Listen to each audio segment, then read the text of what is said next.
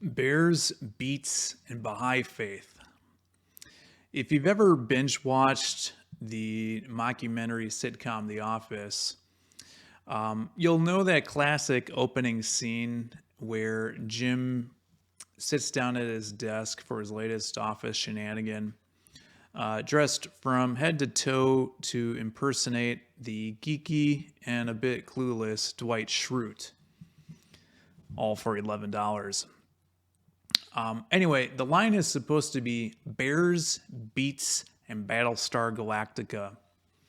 Well, fast forward to 2021, if you ever do a YouTube search about the Bahá'í Faith, which is considered one of the youngest and fastest growing religions in the world, also one you probably never heard of before, you will find Rainn Wilson, the actor who played Dwight Schrute, in video after video, basically becoming the unofficial celebrity spokesman of the Baha'i Faith.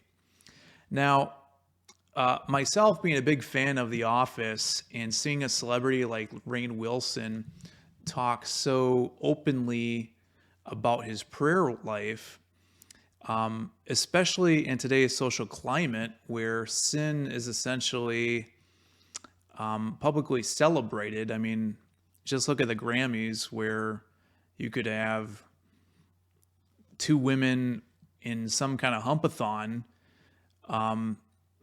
with their hoo-has on national television and be celebrated as empowering, all the while religion is being socially shoved into a private corner. Seeing a celebrity talk about his prayer life, it's different now. And ever since, every time I've watched The Office since, I see Dwight, and now all I can think of is Bears, Beats, and Bahá'í Faith, which we'll explore in today's video as I try not to mutter any Office catchphrases like "that's what she said." But that might be really hard. So, thanks for watching. My name is David Boice, who, like Dwight, is a bit of a geek who just learned how to do this. There we go. I'm also the author of a book called 52 Churches in 52 Weeks, where I document 1 year of my life attempting to be a religious guinea pig and trying to reset what I had known about church by planting myself in different denominations, different churches, different faiths, just trying to figure out where I stood with my own spirituality. If you'd like to read about it, I'll include a link below. The book is on Amazon, the cheapest price I could get it. Also, if you'd like to keep up to date with future videos, gently hit the like and subscribe button. Most YouTubers say to hit that button. I'm not like that. Just gently like it. I don't want you to hurt yourself. So anyway, that's my attempts for comedy. Now, before jumping in, I need to put in a quick disclaimer. We're talking about the Baha'i Faith. I'm a Christian. I don't hide that. If you're looking into the Baha'i Faith, there are plenty of Baha'i writers, scholars, or Rainn Wilson from Dwight, who are more well-versed in the religion. My angle is different. I'm kind of like a spiritual secret shopper, just a guy who would randomly sit down at a new religious service each week for a year, check it out, just experiment what it was like. I was trying to remain unbiased, but at the same time, I'm human, and I'll do my best to accurately portray the Baha'i Faith while respectively wrestling with questions that challenge my understanding of the faith.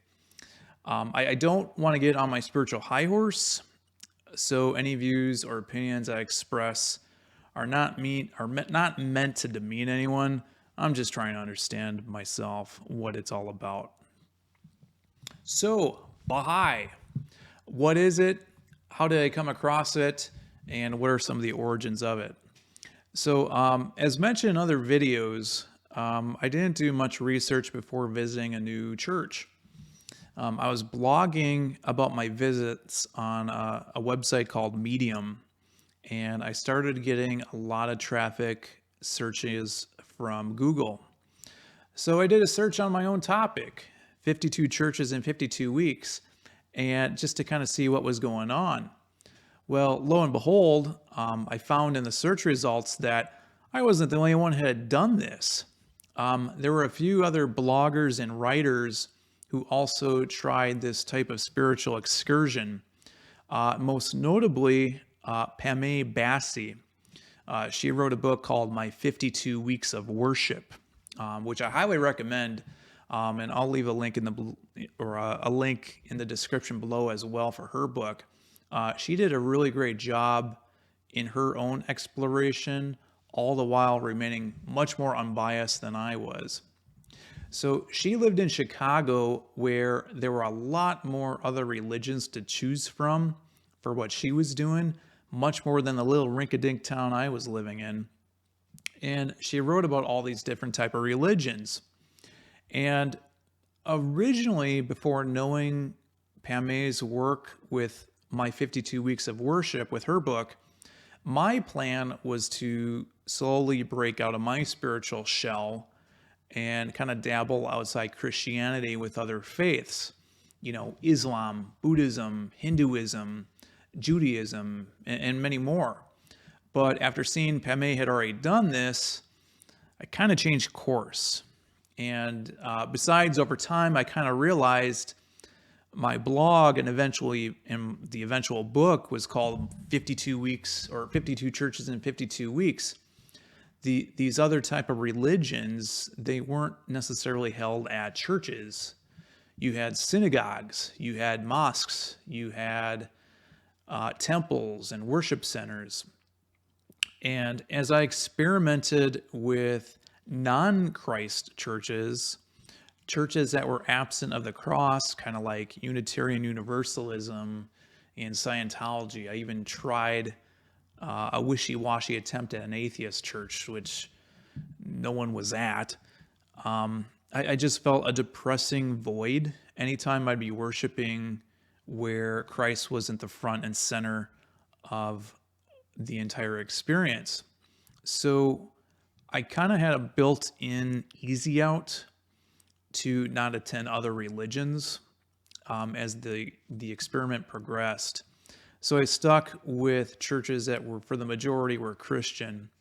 And for the most part, my curiosity really started to veer into the celebrity pastor culture that you see a lot in America today. But the Baha'i faith had a little twist to it that not many other religions have. In Pamé's book, she wrote about her visit to the Bahá'í House of Worship for the North American continent, was the official name at the time. And that was just outside Chicago in Wilmette, Illinois. So I had never heard of Baha'i before, but I went online to see images of what this place looked like. And the architecture was absolutely magnificent. It was almost like the Taj Mahal, but it was just a few hours drive away. Like, I just had to see it.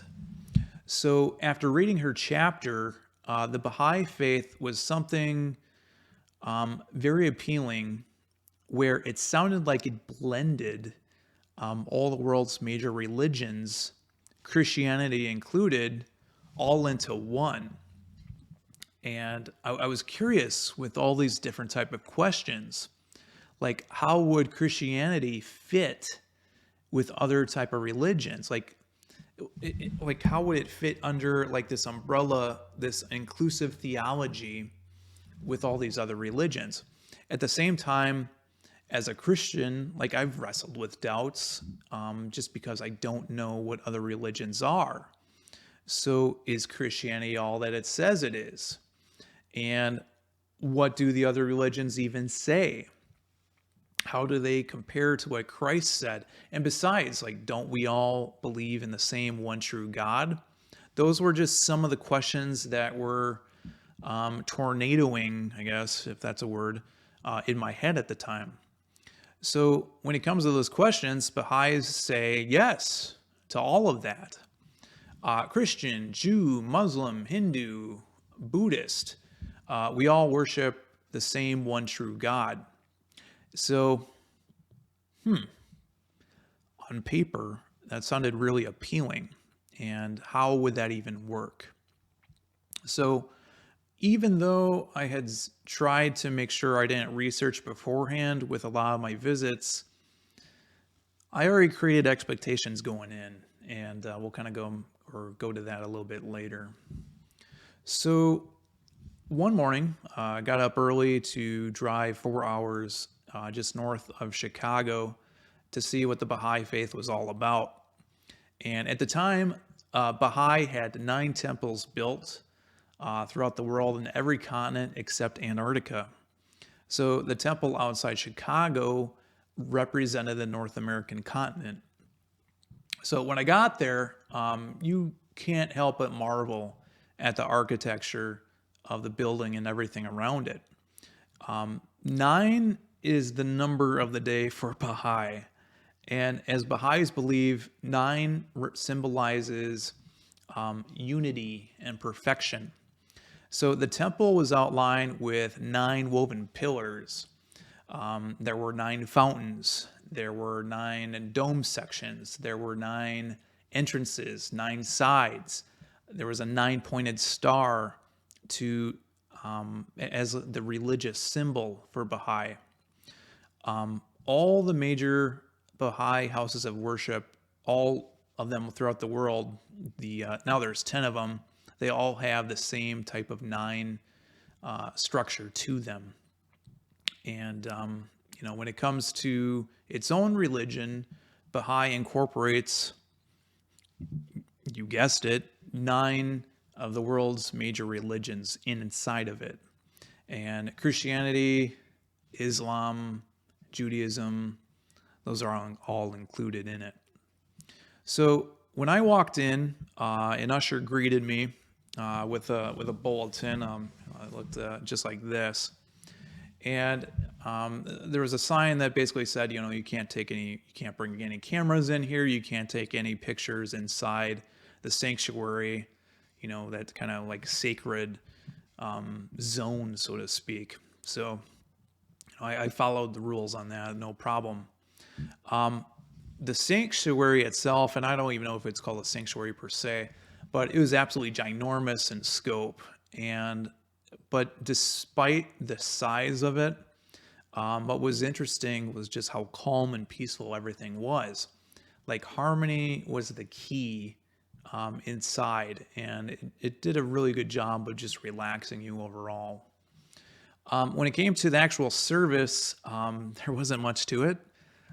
It was the shortest service I attended ever, clocking in at just under 20 minutes.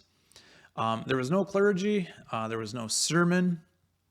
Instead, it was just 5 members of the local Baha'i community that would take turns at the lectern, reading different passages from the bulletin. And every 5th turn, the musically talented of the bunch would do an a cappella solo of some type of song. I don't know if it was Baha'i or not. So inside, and I'll show this in the video with a close-up, but there were 10 total readings, and with the 10 total readings, 8 consisted of Baha'i sacred writings. 1 was from the Bhagavad Gita, if I'm saying that right, which is from Hinduism, and there was 1 lone Christian excerpt from the Gospel of Matthew. And that was it. That was the entire service. Quickest worship service I ever attended in my life. So after service, the bulletin promoted a presentation on the Bahá'í Faith in their Welcome Center. I think they also gave this inside. So I'd say there were about 20 people in attendance. for this little PowerPoint presentation. The presenter, she went through her slides detailing how Baha'is believe that throughout history, God has revealed himself to humanity through a progressive series of messengers that have appeared every 500 to 1,000 years. So each individual established a religion to fit that time and culture. The list, it basically includes a who's who of recognized spiritual names that represented religions throughout their time and history. So the list included the likes of Abraham, Moses, Krishna, Buddha, Muhammad, and Jesus Christ. So Baha'i call all these men manifestations of God. That and basically what they had, and I'll include a picture up above me here too. They had a timeline in this worship center, and to me it was very bizarre as a Christian seeing Jesus essentially on equal footing with Abraham and Moses. I never had seen that before. So a little background into how Baha'i started. In the mid-19th century, Persia, which is now Iran, the Bahá'í Faith traces its beginnings to the religion from the Bab, which is Arabic for the gate. So the Bab was a child prodigy. Like, even as a kid, like, teachers would tell his family, like, this Bab kid, he's so smart. Like, he doesn't even need to go to school. He's got it all figured out. So he only lived until he was 30, but he amassed a huge following. Well, I don't know about huge, but it was quite the following. One day he arrived with his followers at a huge Islamic holy event and basically said, hey, you all looking for God? Hey, look no further. Like, I'm the gate. I have all the knowledge to God that you need. Well, that didn't go over so well with the Islamic clergy at the time. And eventually things came to a boiling point when several of the Babis failed at an assassination attempt of one of the Persian kings. So the Bab had to be made an example of, and he was publicly executed by a firing squad for the crime of heresy. Well, here's where things get interesting. So from Baha'i accounts, the Bab was suspended on a wall and a large firing squad, some say 700 soldiers, fired at him. But when the smoke cleared, the Bab had magically disappeared. Like he pulled a Harry Houdini. So reports state that the Bab was found back in his prison cell. And there's a variety of different type of accounts on this. Another said that he wasn't hit by the first barrage of bullets, almost like he had some kind of protective shield, like some kind of Halo video game or something. But anyway, it all sounds amazing and miraculous, and all reports agree that he survived the first firing squad. But when the second firing squad happened, he was pretty much killed on the spot. So that could have been the end of it. But the legend grew over the buzz of what happened at the Bab's execution. And not only that, but the Bab's writings taught that God would soon send a new messenger, kind of like John the Baptist foreshadowing the arrival of Jesus Christ. That kept hope alive for the Babis and that movement. So because of the Bab and everything going on, religious persecutions started to increase, especially towards the Babis. And that left a lot of them arrested, tortured, basically pulled out of their homes and thrown into Persia's worst dungeon, the Black Pit. Now, in the pit was one of the Bab's earliest followers, Bahá'u'lláh, who received, I'll try and say that one more time, Bahá'u'lláh.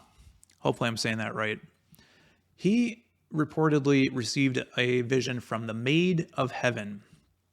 And as the Baha'i teachings describe it, Bahá'u'lláh was imparted as the one who God would make manifest, making him the ninth and the final divine messenger sent from God. So word got out, and at first the Baha'is didn't recognize Bahá'u'lláh, but over time he gained the allegiance of the Baha'is, or most of the Baha'is, and then they would become known as Baha'is. Now, with all the turmoil this had caused, a royal decree basically banished all the Baha'is and the Baha'is. Man, there's a lot of B's in this video. So Baha'u'lláh was still technically under arrest, but he was essentially held in a prison that, to my account, from what I had seen, looked more like a mansion than anything, almost like a house arrest type of arrangement. And he spent pretty much the majority of his life just writing. From some accounts, he had 18,000 different writings, which most have not even been translated to English yet. So fast forward about 150 years later, here we are in 2021. Estimates put the Baha'i followers at about 5 million people as of today. And with the Bahá'í Faith, the core principles that everyone tries to attain is derived from Baha'u'lláh, and it's all about unity. So unity of God, unity of religion, unity of humanity, equality, no prejudice, world peace, harmony between faith and science. And I think in one interview, I think I heard Rainn Wilson admit, yeah, it all sounds very hippie, lovey-dovey kind of stuff. But at the end of the day, the Baha'is what they're trying to do is make the world a better place by being progressive based on such core virtues. So what did I think about my visit? Well, my first mistake was I came in with expectations thinking that Baha'i was all about other religions being on equal footing. They were not. That was evident real fast to me when I was expecting a reading from each of the 9 different religions that it was based upon. Instead, it was 8 Baha'i, 1 Hindu, and 1 Christian writing. And that was kind of my first telltale sign that my expectations did not meet the reality of the religion, and I did not go into this fully understanding what it actually was. So to me as an outsider, it looked like other religions, Christianity included, were just stepping stones to kind of ascend Baha'u'lláh as above all others. And, again, kind of like in my disclaimer, I don't agree with that. But at the same time, it helped me re-examine Christianity and how it was derived from Jewish culture and a lot of the Jewish prophecies as well. Because you had the old way and you had the new way. You had the Old Testament and the New Testament. And Baha'i seemed to be the New Testament to Islam's Old Testament. Then Christianity was an even older Old Testament. And then Judaism was even an older Old Testament. I don't know if that makes any sense, but I'm going to go with it anyway. But if this makes sense, Baha'is see their faith being unique based on progressive revelation. And meaning like religion renews itself. It's basically renews itself based off the culture of that time. Like no religion is final, and it's viewed kind of like an evolution of God's will. Basically throughout human history, whenever religion gets stale or corrupted. So when it started in Persia, the Muslims had a very fixed, unchanging way of their religion. Baha'is see that God progressively revealed truth and spiritual guidance to humanity given by that who's who of religious icons to ruffle some feathers from time to time just for what was needed. So now whether that's consistent with the Torah or the Bible or the Quran, that was my biggest head scratcher. How do you keep all these sacred writings and divine writings, and not have any kind of issues when it comes to this book says this thing, but this book says another. As a Christian, to me, Jesus is the only way to God, and as a result of his sacrifice on the cross. One of the passages you hear often is I am the way and the truth and the life. No one comes to the Father except through me. So with Baha'i faith, to me as an outsider, it sounds like that passage was merely a teaching for the time. So I had a hard time wrestling with that. Jesus claimed he was the savior to the world. His death at the cross was supposed to be the be-all, end-all. And with Judgment Day, Christ would return. And it sounded like that left the door open for Bahá'u'lláh, where he could claim that he was the second coming to bring harmony to the world, as well as fulfilling prophecies from the other religions. As a first-timer to the faith, that's how I interpreted it. I don't know if that's true or not, but that's what I got in my visit and just my understanding of it. So another thing that I was left wondering is if there could be a 10th messenger of God within the Baha'i faith, when 9 is the number of perfection. Does that mean that the evolving religion has matured with Baha'u'lláh? And let's say in another 500 or 1,000 years, what would happen if there was another person who claimed to be a messenger from God? What would happen? What would happen to the other 9 messengers of God? Like, would one of them get the Pluto treatment and basically be dropped from the solar system of the Baha'i faith? Basically just making sure that there were 9 messengers and not 10, just to keep that unity and that perfection that the number symbolizes. Also, where would he or she come from? Could it be a she? Would it need to occur in a holy city from the Middle East? Or could it occur in another country with a different culture? Not only that, but how would you know this person would be a manifestation from God? Another question I had was, for a faith that's all about unity, what happens if there isn't unity within a Baha'i group? Like we've seen that happen so often within Christian denominations. How do you decide within a group what's wise and what's woke? So I'm sure these questions have been posed before for Baha'i, so this probably isn't anything new. I'm sure I could come up with more, but that's just a handful of what I was left wondering with as someone that was just being introduced to the Baha'i faith. So to wrap this up, hey, I enjoyed the calmness and the tranquility of the Baha'i faith during my one brief visit. But I think my visit was an off-base attempt to sample, or basically as a sample introduction to other religions.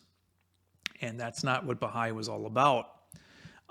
If anything, my visit taught me that I couldn't bring myself to participate in other type of religions, Islam, Buddhism, Hinduism. After this visit, I couldn't do it. And I discovered I just had way too many internal biases. And I think in the book I wrote, you don't know what you don't know when you don't want to know.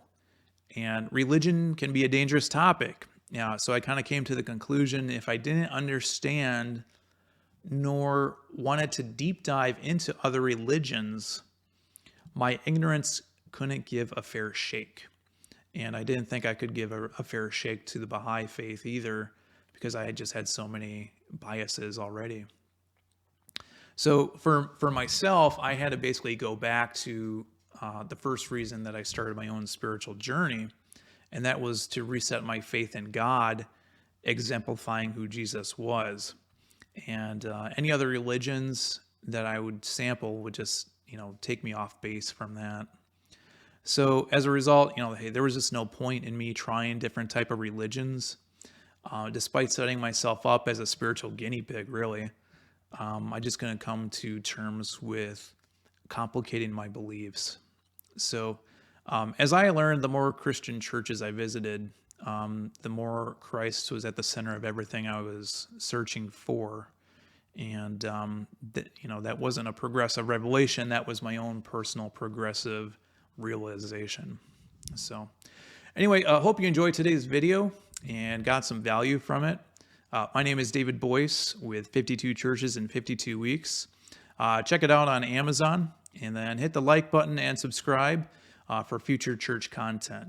So thanks for watching, and we'll see you again.